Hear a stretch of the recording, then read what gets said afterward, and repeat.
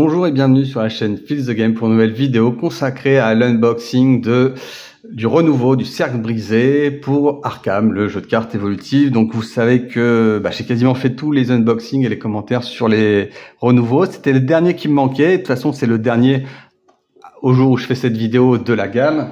Et donc, écoutez, c'est le moment de découvrir un peu ce qu'il y avait. Il y a pas longtemps, j'ai fait aussi la revue du cercle brisé, donc une campagne pleine de mysticisme dédiée un peu aux sorcières et à une mystérieuse loge, une campagne qui reprend pas mal de la nouvelle de la maison de la sorcière de Lovecraft. Et donc il y avait des petits couacs sur certains scénarios, me semble-t-il, peut-être des choses un peu à améliorer sur les scénarios, mais aussi il va y avoir dans cette boîte les tarots. Alors les tarots, j'en ai beaucoup entendu parler, tout le monde était aux anges. Maintenant, on va voir un petit peu de quoi il en retourne, et donc je vous propose de découvrir ce déballage ensemble.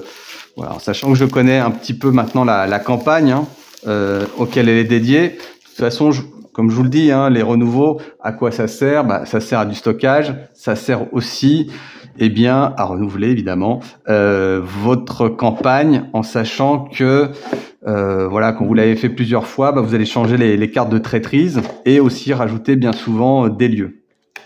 Donc ça, c'est pour la partie rangement. Là, on voit tout de suite dans une pochette à part ce qu'ils vont appeler les tarots. Alors là, il y a j'ai l'impression qu'il y a un peu plus que d'habitude en termes d'explication. Donc deck tarot, il est présenté, comment l'utiliser. Donc je crois que ça s'utilise de ce que j'ai entendu avant une campagne, et donc ça permet de faire varier ce qui va se passer. Alors l'heure des sorcières, une liste qui suit est un ajout au guide de campagne que les joueurs doivent lire. Alors ça, je crois que c'est nouveau. Ils introduisent de nouvelles conclusions, de nouvelles choses qui sont... Ah oui, c'est assez étonnant. Assez étonnant, donc des règles beaucoup plus complétées. Donc vraiment, c'est peut-être qu'il y avait la campagne qui avait peut-être besoin de plus de relooking. Pourquoi pas. Évidemment, on retrouve aussi, outre les intercalaires pour le rangement, dédié à la campagne, qui reprendra évidemment le set de base. Donc de toute façon, une boîte renouveau, ça peut s'acheter à n'importe quel moment. Simplement, il faut avoir la campagne déjà, la boîte campagne pour parler selon le nouveau modèle. Donc si vous avez la boîte campagne, vous pouvez acheter le renouveau si vous estimez que la boîte campagne, vous en avez fait le tour. Maintenant, ça n'a pas trop d'intérêt de tout acheter le renouveau en même temps que la campagne, parce que finalement vous allez perdre un peu en immersion, perdre en découverte, peut-être rajouter plus de cartes, peut-être rajouter plus d'événements, et passer peut-être un peu à côté du renouveau qui est proposé, c'est-à-dire l'addition de nouvelles cartes. Alors ça, c'est pas dans le bon ordre. L'addition de nouvelles cartes qui vont densifier un petit peu votre campagne. Alors densifier ou la clarifier ou mieux l'équilibrer. Alors normalement, il y a aussi des cartes investigateurs. Donc je serais surpris qu'il n'y en ait pas. Voilà, donc ça, il y a le dos. Donc ça, donc ça c'est un nouvel allié d'histoire, visiblement. Est-ce que je suis dans le bon sens? Pas forcément. Donc là, c'est les nouvelles cartes très classiques. Dans tous les renouveaux, vous avez quelques cartes supplémentaires, même des... Ah oui, tiens, ça va être intéressant aussi, des traîtrises supplémentaires. Donc, comme j'avais dit lors de la précédente, lors de la revue du cercle brisé, il n'y a pas beaucoup de tarots, donc ça avait l'air un petit peu, on était un peu déçus. Donc là, ils ont rajouté évidemment des cartes XP dédiées tarot. Alors pour le gardien, il y en a 2. Le miroir sacré amélioré, pourtant c'est une grosse carte, le miroir sacré. Donc peut-être qu'avant elle était à 1 et là il la passe à 3, limite de 1 par deck. Donc c'est pour ça qu'ils en mettent qu'une. Et donc oui, c'est peut-être assez puissant. Donc là encore, il rajoute du tarot. Moi, j'ai pas été forcément bien convaincu par le tarot. Maintenant, ils font un peu du forcing là-dessus. Pourquoi pas? Alors oui, il y a cette carte qui est un peu connue, qui est relation. Alors 1 par deck. Ça, par contre, c'est quoi? Quand vous jouez un exemplaire de Ciel du Sang, vous pouvez changer chaque 2 de son texte en 3 entrées. Ouais, j'ai pas très compris. Un rituel du sang, ah oui, donc ça va avec quelque chose d'autre. Donc il faudrait retrouver avec quoi ça va. Cherchez 3 exemplaires de rituel du sang parmi vos cartes liées. Donc il faudrait qu'il y ait des cartes liées, rituel du sang. Rituel du sang, est-ce que c'est quelque part? Non, c'est peut-être dans la boîte de base, bon. Voilà, donc il y a relation influente XP, donc limite de 1 par investigateur, donc ça a priori c'est puissant, tout le monde en parle. Incliner relation influente, vous gagnez plus 1 la valeur de vos compétences pour ce texte, chaque groupe de 4, pour chaque groupe de 4. Donc je crois qu'avant c'était 5, maintenant c'est 4, donc forcément pour notre ami milliardaire, c'est plutôt bien. Dépenser 2 ressources et redresser. Ouais, puissant. Des grosses combos. Hiérophant, c'est tarot encore. Bon, je m'attarde pas forcément sur les tarots, c'est pas ce qui m'intéresse le plus. C'est un rapide. Ça prend un emplacement de main et ça donne un emplacement d'arcane supplémentaire. Intéressant. 9 de bâton. Piocher une carte rencontre non faiblesse. Épreuve du feu, rapide. À jouer uniquement lors de votre tour. À la fin de votre tour, fixez la valeur de la base de chacune de vos compétences à 5 ou une seule à 7. Donc oui, ça peut être un gros boost de 3 actions pour taper très fort. Ouais. Ensuite, des objets neutres, ça c'est pas mal. Vous avez un emplacement de tarot supplémentaire. Chaque tarot non faiblesse de votre main ou attribué à un test de compétence gagne 2... je sais plus comment on appelle ça. Enfin bon, voilà, un bonus de 2. Donc oui, il y en a 2, c'est pas très intéressant. Ah oui, alors du tarot neutre, quand vous jouez une carte, inclinez 0 le fou et réduisez de 1 le coût de la carte. Quand la partie débute, si... Alors ça vaut 3 XP, ça prend un emplacement de tarot, c'est peut-être plus intéressant, ça en plus c'est polyvalent. Ouais, donc ça souvent il faut les avoir en main. Et ça permet de réduire de 1, mais sauf que vous avez un coût de 3 de base. Donc, il faudra jouer au moins cette carte 4 fois, 1 pour la poser et 3 fois pour amortir son coût. Bon, pourquoi pas. Permanent, ça c'est intéressant, les permanents. Limite de 1 par initiateur. Alors, ouais, ils en donnent qu'une, hein, comme ça, si on veut la jouer à plusieurs, c'est bien embêtant. C'est béni, donc ça peut intéresser certains. Avant la mise en place de chaque partie, piochez 3 cartes au hasard dans le deck tarot et choisissez-en une. Placez la carte choisie en face de vous à l'endroit. Chaque autre investigateur ignore ses effets. Mélangez les cartes restantes dans le deck tarot. Ok. Ensuite, damné permanent. Avant la mise en place de chaque partie, piochez une carte au hasard dans le deck tarot et placez-la en face de vous à l'envers. Chaque autre investigateur... Alors donc voilà, on va se prendre les cartes tarot supplémentaires. Donc c'est plutôt sympa d'utiliser la mécanique. Faiblesse de base. En tant que 15, le diable est dans votre main. Vous ne pouvez pas jouer de soutien autour de lui, autre que lui. Si le diable est pioché dans votre main au départ dans la mise en place, vous ne pouvez pas le remplacer, il doit rester dans votre main. Oui, ça c'est un peu cruel. Donc, pas de soutien. Ah, c'est hyper violent. Hein. Pas de violent. Et dans votre main, ah oui, dans votre main, mais si je la joue, ça me coûte 3 et je m'en débarrasse. D'accord, ouais, c'est mieux. Voilà. Disparition de la demeure. Alors là, il y a c'est là où vous voyez, j'avais pas mal critiqué comment ça s'appelle, le prologue. Donc, quand vous initiez le set de rencontre, en tenant compte des exceptions suivantes, il y a des choses qui changent, d'accord, pourquoi pas. Pour la durée de ce scénario, appliquer règles supplémentaires. Ah d'accord, oui, c'est un renouveau je pensais qu'il suffisait de piocher une carte tarot pour s'en débarrasser, mais pas forcément. Donc renouveau, l'heure des sorcières, donc des bois, des nouveaux lieux, renouveau, cave à vin, renouveau, le nom secret. Ah, les endroits inconnus, donc ça c'est vraiment la maison de la sorcière, renouveau du salaire du péché, les hérétiques, alors est-ce qu'il y a plus d'hérétiques, pour le bien commun, voilà, et là on refait la boucle avec ce deuxième paquet que j'avais ouvert en premier, union et désillusion, griffe du chaos, derrière le trône noir, donc ouais, pour le scénario final, ils ont rajouté beaucoup de choses. Oh, pas tant que ça, non, effectivement. Là, après, c'est des cartes traîtrises, donc qui vont venir à la place des sets qui vous ont proposé dans le jeu de base. Donc, vous avez un renouveau assez complet des cartes traîtrises. Donc, si vous commencez à les connaître, c'est un bon moment. En général, ça augmente un petit peu la difficulté du jeu. Voilà un petit peu pour le matériel global. Hein. Donc, je vais les mettre de côté pour que ça soit un peu plus visuel. Donc, des cartes supplémentaires, faiblesse de base supplémentaire et finalement, des lieux et là, je Je la fais comme je le sens, hein. C'est un peu, à chaque fois vous voyez bien que c'est un peu improvisé. Donc je découvre. Donc après je ferai une petite incise si j'oublie pas. Donc voilà, ça c'est vraiment magnifique quoi. Donc selon dans l'ordre que vous le piochez, eh bien ça va être un bonus ou un malus pour la partie.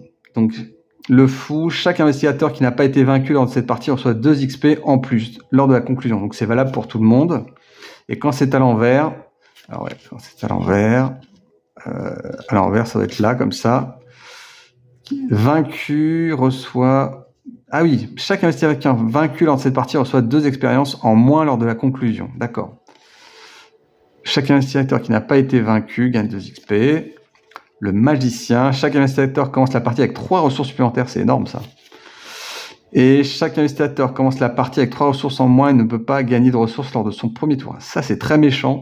J'ai commencé la campagne des clés écarlates où j'avais portant sur Jenny Barnes 2 ou 3 ressources en moins, 2 ressources en moins et finalement ça m'a bien bloqué pour les premiers tours. Chaque investigateur plus 1 en intelligence lors du premier test qu'il effectue chaque round. Ah oui. Moins 1 chaque round. Donc pas mal de cartes, hein. Je vais pas les passer toutes en revue. Mais vous en avez 7, 8, il y en a 22 je crois en fait. 17, donc il y a une belle recherche. 21, non. 21. Oh, les dos sont magnifiques, j'avais pas remarqué. Magnifique, donc les tarots. Et bah voilà, je vais regarder en même temps que vous les... Mélanger le deck tarot et révéler la carte du dessus dans une orientation aléatoire. Ces effets sont actifs durant toute la durée du scénario. Ils peuvent être positifs ou négatifs. Ah oui, donc 22 cartes tarot. Chacune correspond à l'un des arcanes majeurs du jeu de tarot. Ils peuvent être utilisés de manière optionnelle pour pratiquer la cartomancie dans un scénario ou d'une campagne. Alors peut-être que dans les scénarios qu'il va y avoir, moi je ne connais pas encore les scénarios, eh bien on va vous demander de tirer le tarot, quoi. Donc ça serait plutôt bien, quoi. Instruction de campagne supplémentaire, donc ça je vous en avais parlé en tout début. Liste des exploits, donc ça vraiment ça ne sert à rien, c'est des choses à faire et vous les cochez, et si vous l'avez réussi, ouais, pas vraiment fou. Par contre, j'ai pas compris comment il fallait l'utiliser le tarot. Alors, tirage personnalisé, sont infinis, tirage de campagne destinée. Avant de commencer une campagne, mélangez le tarot et révélez une carte pour chaque scénario de la campagne en ignorant les aventures annexes, en comptant les scénarios composés de plusieurs parties comme des scénarios distincts. Alignez les cartes à l'endroit. Chacune de ces cartes s'applique à un scénario de campagne. La plus à gauche correspond au premier scénario et la plus à droite au dernier scénario. Ensuite, choisissez et placez à l'envers la moitié des cartes, arrondies au supérieur. D'accord. Donc en fait, oui, on va tirer par exemple sur 8 campagnes, 4 recto, 4 verso, enfin 4 à l'envers, et ça fera un petit peu le truc. Chaos, donc chaos, voilà, on décide de rien, à l'endroit, à l'envers, ouais, un petit peu pour toute la durée du scénario. Bon. Avant d'effectuer le début de la mise en place, mélangez le deck tarot et révélez la carte du dessus à l'endroit, puis la carte suivante à l'envers. Voilà. Donc ça, c'est plus fun, quoi. C'est un coup, vous avez une carte tarot qui va avoir un effet négatif, positif, et un autre qui va avoir un effet négatif. Donc ça se fait pour un scénario, à chaque fois. Et le choix. Avant d'effectuer la mise en place, mélangez le deck tarot et révélez 3 cartes du dessus à l'endroit, puis choisissez-en 2 et placez-les à l'envers. Les effets de 3 cartes sont actifs pendant toute la durée du scénario. Ah oui, c'est malin aussi. Donc là, on en tire 3, mais une à l'endroit et 2 à l'envers. Donc c'est un petit peu... Alors ça, c'est bien parce que quelque part, ça rajoute un peu de difficulté, à mon avis, tout en ayant un peu de contrôle. Donc ça rajoute un petit peu de stratégie, comme ils le disent. Donc voilà, une boîte renouveau qui est quand même un petit peu atypique, avec notamment ces cartes de tarot, puisqu'en fait, vous allez pouvoir les utiliser sur toutes les campagnes, y compris le renouveau de la Zélatrice. Donc c'est plutôt bien trouvé. En plus, c'est magnifique, hein, de toute façon, c'est vraiment fait à l'ancienne. Donc voilà, ça c'est vraiment le petit plus de cette campagne qu'on retrouve finalement nulle part ailleurs. Vraiment un concept nouveau. Tant mieux, et c'est plutôt chouette. Donc je sais pas si je vais la tester tout de suite. Là j'ai envie de refaire d'autres campagnes. Là j'ai fait beaucoup de cercles brisés, mais peut-être que je vais la refaire avec un nouveau qui n'a jamais fait le cercle brisé, donc je vais pas utiliser le renouveau effectivement.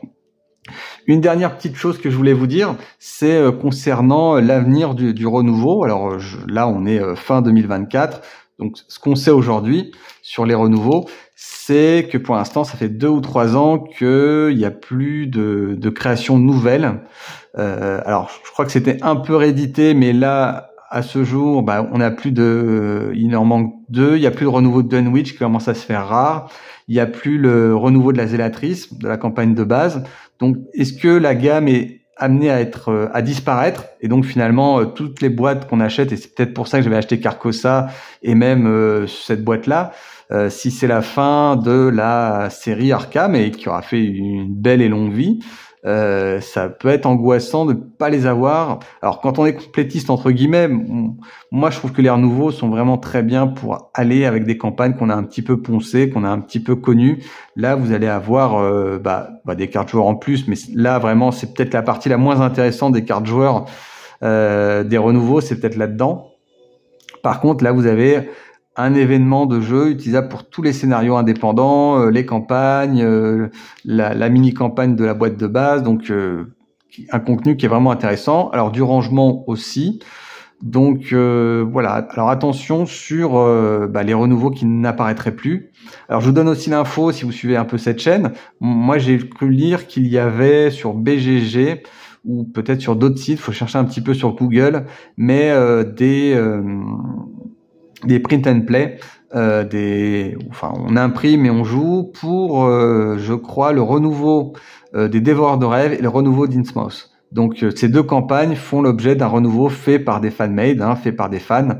Donc ça peut être intéressant. Moi, ça m'intéresse pas vraiment pour l'instant parce que quand on a 7 campagnes, on a déjà affaire à ce jeu-là. Puis il y a d'autres jeux. Je vous présente d'autres jeux sur la chaîne.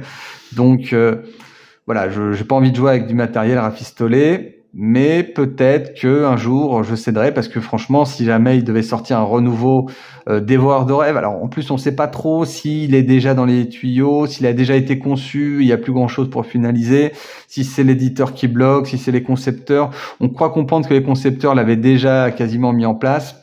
Donc voilà, c'est un peu compliqué, c'est toujours un petit peu opaque, c'est un peu dommage. Voilà, c'est comme ça. En tout cas, il y a vraiment beaucoup d'extensions, beaucoup d'aides. Là, je leur dis, pour ceux qui débarquent dans la gamme, le renouveau cercle brisé sert uniquement si vous avez la campagne, la boîte campagne du cercle brisé, et si vous estimez avoir fait un peu le tour de la campagne, ou que il manque trop de choses qui vous dérangent et vous aimeriez bien un petit peu l'améliorer. Ça, justement, avec les nouvelles cartes traîtrises, ça peut peut-être en général augmenter la difficulté, mais peut-être ajouter un peu de fraîcheur sur cette campagne. Voilà, écoutez, si vous avez apprécié cette vidéo, n'hésitez pas à la liker et n'hésitez pas non plus à utiliser les liens pour vos achats. Et je vous dis à très bientôt pour une nouvelle vidéo. Au revoir.